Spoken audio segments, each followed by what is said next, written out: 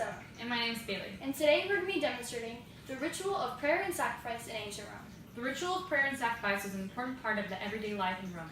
The Romans believed that by sacrificing and praying to the gods, they could influence the course of nature and their own lives. Prayer was almost always accompanied by some form of offering or sacrifice. This did not necessarily involve the slaughter of an animal, as long as the sacrifice represented life in some form.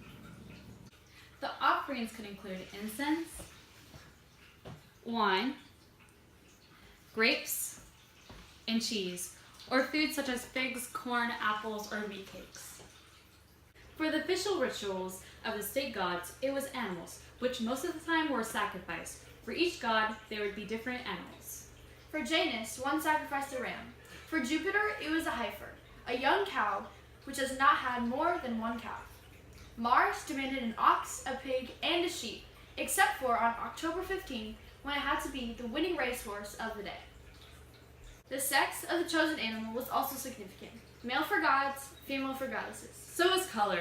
White beasts were offered to deities of the upper world, black to those of the underworld. The very multiplicity of deities caused problems as to the gender of some of them. Whether you be god or goddess is a common formula of Roman prayer. The sacrificial routine for the sacrifice of animals was elaborate and messy. The head of the animal was sprinkled with wine and bits of sacred wheat cakes made from flour and salt. Then, its throat was cut and disemboweled to ensure that there was nothing unusual inside. If there was, it was a bad omen, and the whole process had to be repeated until it turned out right. During the ritual, the priest would wear something over his face to shut out evil influence from his eyes.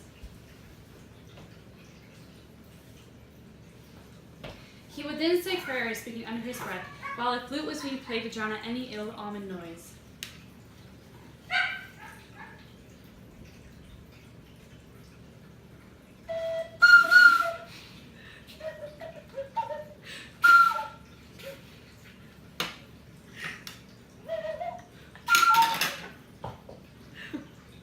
And now we're going to show you how to make your very own sacred wheat cakes.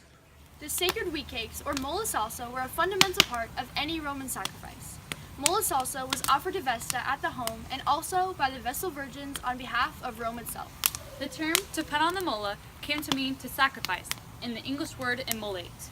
The term mola salsa comes from mola, meaning millstone, and by extension, flour, and salsa, meaning salted.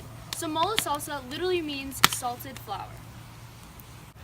Authentic mola salsa was made with spelt, a sort of rough grain. To make sacred wheat cake, the 3 elder Vestal virgins gathered the spelt each harvest. Then the Vestals gathered water from a sacred spring, making sure that on the way back to the temple, they did not let a pitcher of water touch the ground. Next, the salt was specially prepared in the house of the Vestals. After gathering all of the supplies, the flour, salt, and water were mixed together to form a dough. The dough was covered with oil and baked over fire until cooked. After the sacred cake was done, it would be used in all the different sacrifices and rituals.